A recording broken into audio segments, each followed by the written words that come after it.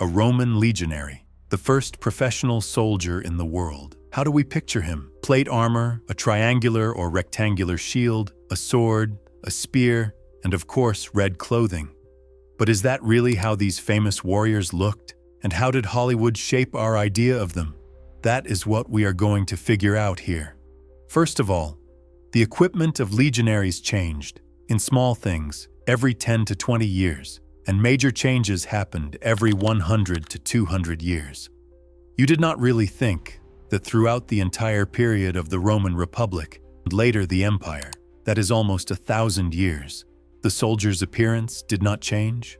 We will come back to the red color of clothing you see in illustrations. In fact, the image fixed in our heads was strongly influenced by Hollywood films, more precisely by the peplum genre that became popular in the 20th century. Biblical and classical plots, battle scenes, an abundance of wide shots, and a huge amount of extras. Clear examples are Ben-Hur, 1959, and Cleopatra, 1963. Beyond time, the look of a legionary also differed depending on where the man lived and served. The base remained the same: shield, sword, spear, armor, helmet, but details changed with conditions. It is unlikely that soldiers on Hadrian's Wall, modern Scotland, dressed the same as their colleagues serving in Spain. They would simply have frozen. At the end of October, Glasgow has 11 degrees Celsius, while Madrid has 22. So without further preamble, here is how Roman warriors looked: tunic, color, and fabric. Legionaries did not put armor straight on bare skin. The main garment was the tunic. Was it red? Let us sort that out. What do you get if you search for Roman legionary tunic? Almost everything is red, sometimes white, occasionally even velvet. Seriously?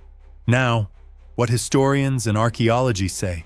First, the tunic of rank-and-file legionaries was not universally red. They could not afford it, because quality dyes were expensive. Higher status allowed a tunic with two thin colored vertical stripes, clavi. Most often you see a combination of a white main color, the color of undyed wool, with red stripes. Second, the material. Linen became widespread only in the late Empire. In the 1st century of our era, the tunic was more often made of wool. Odd as it sounds, wool protects the body well even from overheating. A silk tunic was very rare indeed. As for the shape, the tunic was a rectangle with openings for the arms and head.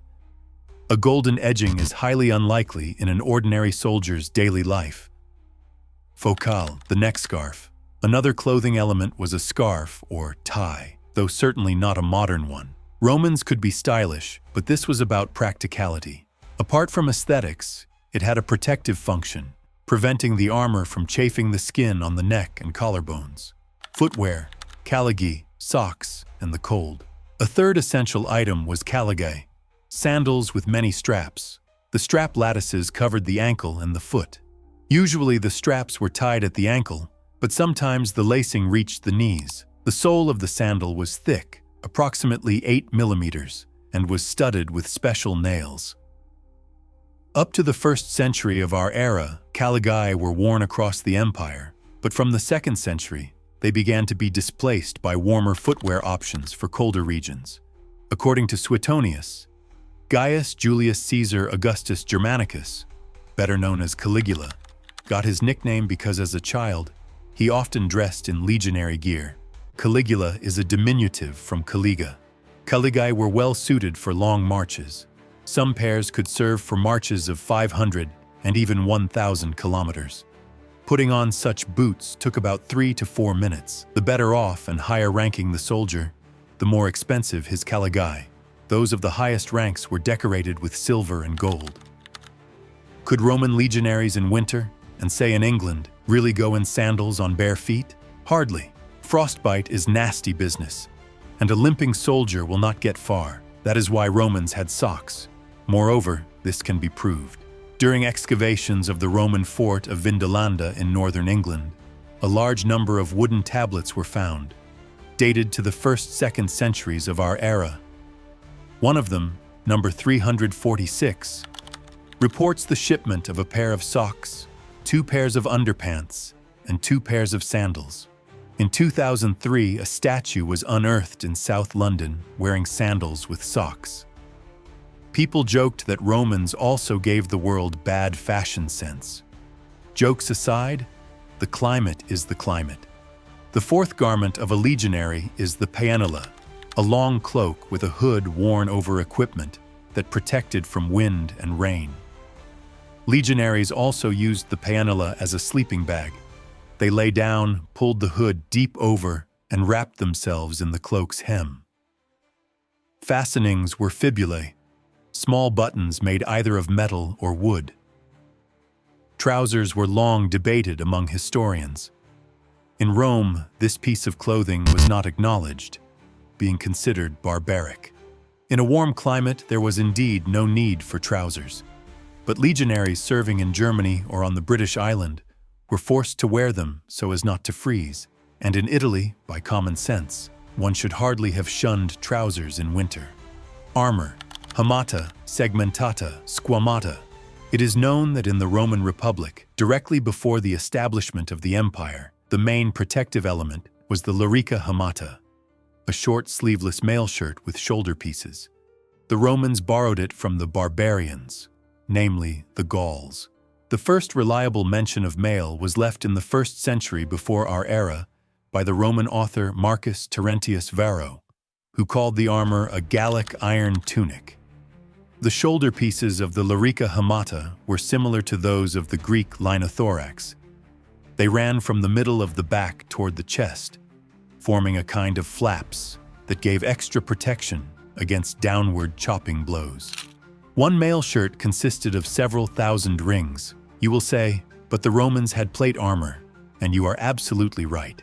After, in the 27th year before our era, Gaius Octavian Augustus became sole ruler of Rome and received the title of emperor. He set about reforms, one of which was the reorganization of the army. Apparently this affected equipment as well. Written sources are silent about the exact changes, but monuments and archaeology show that around this time, a new type appeared. Lorica segmentata. Segmentata was a leather base with horizontal rows of plates sewn on, connected by straps and buckles. The upper chest and shoulders were also protected by additional steel plates. Lorica segmentata had several advantages over mail. A small weight, about 8 to 10 kilograms versus 12 to 16 for hamata. It was easy to put on and adjust to different sizes. The downside was the need for high-tech production. Mail could be made in an ordinary smithy and repaired by replacing sections of rings, whereas segmentata required specialized workshops. It was harder to repair, and a single plate needed more material. Throughout the 1st-2nd centuries of our era, lorica segmentata gradually replaced mail in the west of the empire, and its peak came in the 2nd century. Interestingly, in the east, legionaries continued to wear mainly mail, possibly because segmentata was uncomfortable for long movements on horseback, and eastern troops often had to move great distances. The plate armor begins to disappear gradually from the middle of the 3rd century and leaves legionary equipment completely by the 4th century of our era. Besides mail and plates, the Roman army also used the scale type, lorica squamata.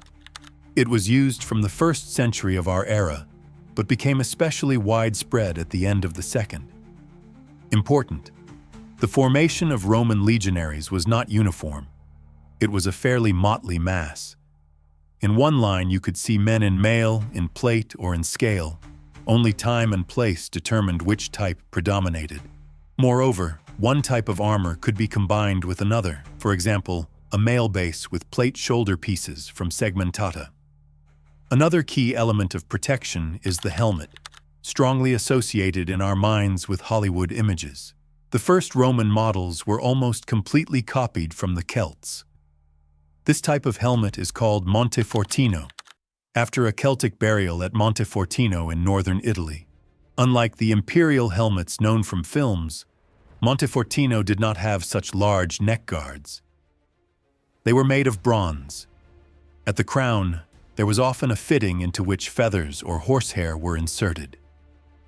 Montefortino was used from the 4th century before our era to the 1st century of our era. At the beginning of the Principate, a new Imperial helmet arrives. The replacement did not happen instantly. Montefortino and Imperial types coexisted throughout the 1st century of our era. For protection of the face, Imperial helmets had visors. For the back of the head and the neck guards. Officers probably used the same type as legionaries but with modifications. Centurions fixed a transverse crest of horsehair or feathers to the helmet. For this, there was a rosette on the crown to hold the crest, and on the sides 2 rings to fix it in a transverse position. The Imperial helmet was worn roughly until the 3rd century. At the turn of the 3rd–4th centuries, the appearance and construction of Roman helmets changed substantially. The one-piece dome went out of use. It was replaced by a composite dome. The neck guard and the cheek pieces became movable, hung on iron hinges, on straps, or simply sewn to a soft lining. Another new detail appears, the nasal guard. And how could a legionary be without the scutum, his man-height shield? From about the beginning of the 4th century before our era, legionaries began to use it gradually instead of the oval clipius and the round parma. These shields in turn go back to the ancient Greek hoplons, the round shields used by hoplites, including Leonidas's Spartans. Initially, this shield had an elongated oval shape, but by the 1st century before our era, it had acquired the familiar form we associate with legionaries, rectangular and semi-cylindrical. A republican scutum had dimensions of 75 centimeters in width and approximately 120 centimeters in height, and a weight of 8 to 10 kilograms. According to Polybius, it was made of 2 wooden boards glued together, which were covered first with coarse fabric and then with calfskin. By the 3rd century of our era, scuta apparently disappear from armament. Archaeological finds indicate that at this time, Romans mostly used shields of oval or round shape, and these were no longer semi-cylindrical, but convex or flat. Next is the military belt. The cingulum, decorated with metal plates, a kind of apron of several leather straps. The suspensorium appears on the belt at the beginning of the 1st century of our era. By the 2nd century, the straps became shorter, and later the suspensorium stopped being worn at all. In the early empire, a legionary could wear several belts at once, one over another or crosswise. When soldiers took off their armor, the cingulum would slip off, so under the belt without a cuirass, they wore a waistcloth of fabric, the fascia ventralis. The cingulum was a sign of belonging to the military estate. It was a symbol of the legionary's honor and could be confiscated for official offenses and other misdeeds, which was considered a disgrace for the soldier. The belt had not only symbolic and traditional functions, but a practical one. It allowed the cuirass itself, the gladius, and the pugio to be fastened more securely to the body. What are the gladius, the pugio, and the pilum? The gladius is the Roman short sword with a blade length up to 68 centimeters, intended primarily for thrusting rather than for chopping or slashing.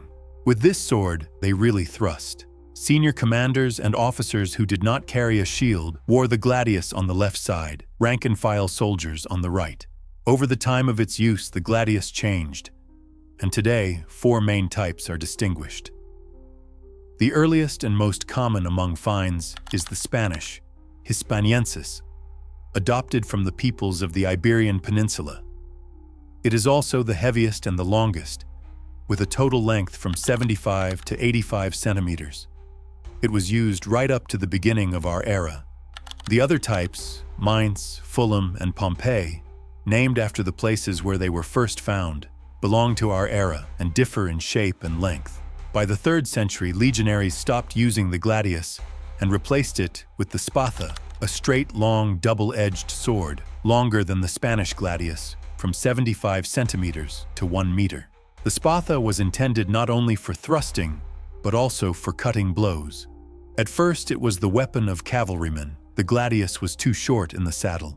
But by the late Empire, due to changes in tactics and barbarization, the spatha finally displaced the gladius even in the infantry.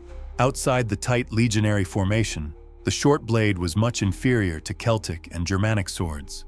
Legionaries also had the double-edged dagger pugio, which was used as a reserve weapon. Its blade length was from 15 to 35 centimeters, and it had a broad, leaf-shaped form. The hilt could be richly decorated with gold and silver. Even rank-and-file soldiers sought to adorn their dagger. The first mention of the pugio dates to the 1st century before our era, though it may have appeared earlier. The pugio was convenient in close hand-to-hand combat. One could deliver thrusts without a backswing, and even use a reverse grip from above. At the same time, it was probably often used for everyday needs, food preparation, camp work, and so on. Like the gladius, the pugio ceased to be used in the legions by the 3rd century of our era. Another weapon without which it is hard to imagine a Roman legionary is the pilum. This is a throwing long iron spear with a hook-like end for casting at close range. The pilum consisted of a wooden shaft and an iron point. In its initial design, the iron part equaled the shaft in length. Later, it was sometimes longer and sometimes shorter. The iron shank was from 60 to 100 centimeters. It was driven halfway into the shaft, so that the total length of the spear was approximately 2 meters. The mass of the spear could be from 2 to 4.5 kilograms. By the 3rd century, according to the Roman military writer and theorist Vegetius, the pilum was modified. The spiculum appeared, a javelin with a broad barbed head on an iron shank of approximately 20 centimeters. With a socket, it was mounted on the shaft.